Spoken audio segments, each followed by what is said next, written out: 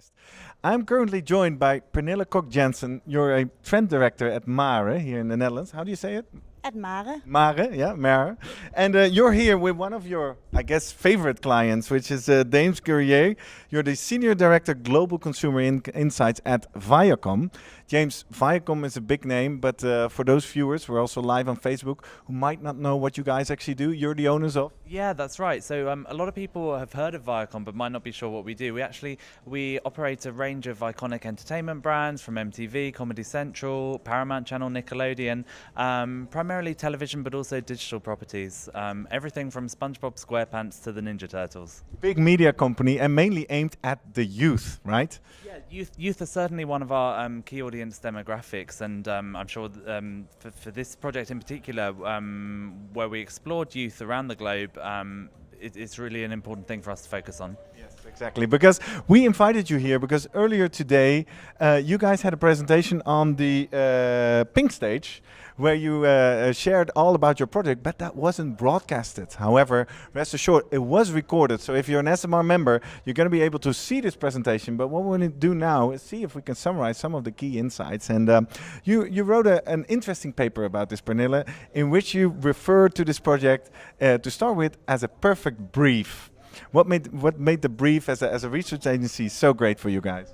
Well, first of all, of course, exploring youth is always cool and sexy. And as I mentioned, I think in the start of my presentation, it's very intriguing, but at the same time also complex to understand youth. And I described it as trying to hold a moonbeam in your hand. And I think that turned out to be quite accurate. And when we received the brief from Viacom, honestly, Mare is a bit of a boutique agency, and I think we may just have been a little on the small side to answer to such a large scope. Yeah. So we were so delighted when Viacom turned out to be, well, they were game when it came to putting our Sparks network to use, yeah. Our network of experts and creative mavens from the forefront. And it really took a lot of time and commitment, investment from Viacom's side as well to help us select the crucial local correspondents that helped this project. Yeah, because James, what did you guys want to know? What was the content of this brief? Yeah, well, so our brief on the one hand was very broad, but also very focused. And I think that's what Mare really helped us to address that challenge in terms of we wanted to understand youth around the world today, right? We want to understand youth about around the world today. Who doesn't? Yeah. So that's a very broad topic, but within that, there was obviously we wanted to understand the different factors that are at play. How are youth now different from youth 5 or 10 years ago? How are they feeling about the world? How does that shape what their lives are like every day? Because really our hope is that by understanding our audiences that deeply, we can inspire people within our business and beyond, you know, whether they're thinking about how they market our shows, the shows they develop, all different aspects of our business can really learn from and be inspired by this study. All right, so Pernille, let's skip to the end. What does youth want around the world? What have you found? You know, we were kind of terrified to report back because one of our main findings was that youth find it hard being young today. Way up there in the 90s, that's what we found out. And we also found out that one of the most difficult things these days for youth is just to be themselves. So just as standalone, those insights are like, really? Is that what we're going to report back after all this time, after visiting so many countries? But then when you start looking into the nitty-gritty of it and to look at the drivers behind those insights, then you start to understand that, well, there's just so much going on in the world today, and youth just can't keep out or block out bad news, whether it be peers that are fantastic and doing well, or as James mentioned in the presentation, you know, just the uneasy political climate, the hate crimes, all of that is constantly right there on the radar of youth, and they have to deal with a lot of different things than I had to deal with when I was a young girl. Yeah, and I read at the meantime they also have the ambition to actually improve this world and make sure this all goes away. Your paper is very well structured. I could definitely recommend that you read it because at the end you have two conclusions, both for brands and for researchers. Let's get to research in a second. What are the implications for brands like yourself? Sure. I mean, we go into a few in the paper, but just to highlight a couple of them for you now. One is that... which one should you pick? Pick your favorite. I'll pick one which is all around the need for brands to help youth. You mentioned already how in our paper we cover the fact that they're looking to make the world a better place, but they know that this is a really big challenge. They know just how difficult it is. They're seeing the world around them, so they are looking for brands as well as their friends to help them, to achieve these goals. They're not just looking to politicians and the government. They want brands to help provide platforms for their voices and to help them speak up. So that's one key. And another kind of key implication is within our study we saw that young people have responded to the world around them by developing very kind of fluid identities. We dive into these 3 life strategies: unapologetic, sensitive, and restless. And when we think about that through a brand perspective, the implication is we don't just have to think about our brands being one thing. We can have different elements, different aspects of our brands that we can dial up and down, just like the audience does. Yeah, because you went on that one really quick. Unapologetic, sensitive, and restless. That's how you guys summarize. These are life strategies for youth, and as you say, they switch between these. Can you elaborate a little bit on these life strategies? What do they mean?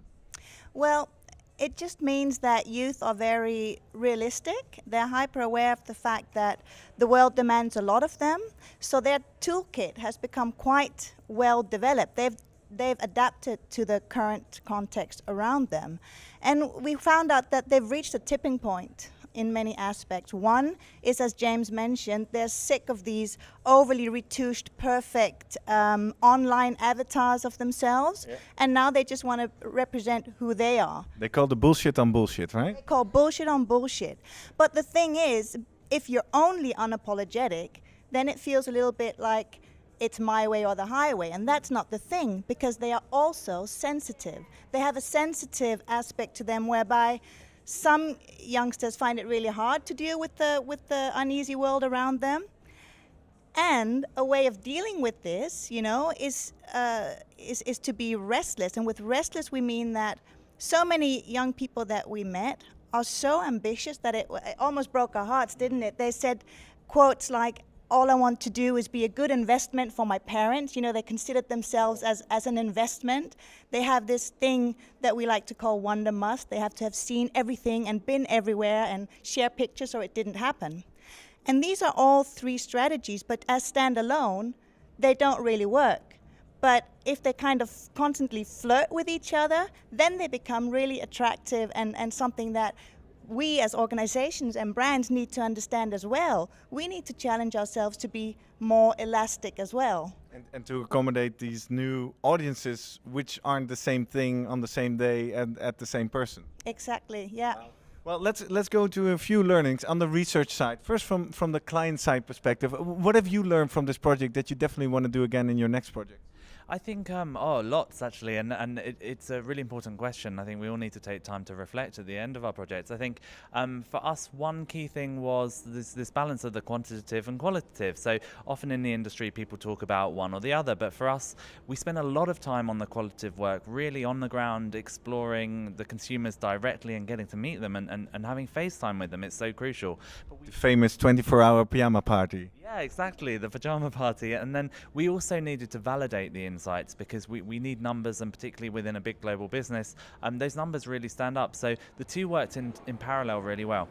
And I think one other thing that was great about this project was the outputs. So we created a video which we shared today at the Congress to bring the insights to life. And video is just such a great way for people to get engaged with things. I mean, we're doing one right now, but yeah. And it's something for us as a global business. We're a content business. Video is the language we speak. So to create a film that we can play within our organization has had a really great impact. That's great. And let me repeat, if you just joined us on Facebook or on SMR TV, if you're curious about that film, make sure if you're an SMR member, you're going to get access to the recording of this presentation. If you're not an SMR member, maybe this is the time to sign up. Finally, Pernille, from a research agency perspective, if you could distill one great tip for your fellow market researcher, what would it be? Well, we loved the opportunity to get to work really on the intersection between trend and consumer insights. So not only looking at, to which direction the life compass of young consumers points, but to really get to dig deeper into the drivers behind that life compass. And I think that's something that might be a way forward in terms of research for the future. Wow. Well, thank you both very much for sharing your insights, and have a great Congress. Thank you. Thank you very much. All right, thank you.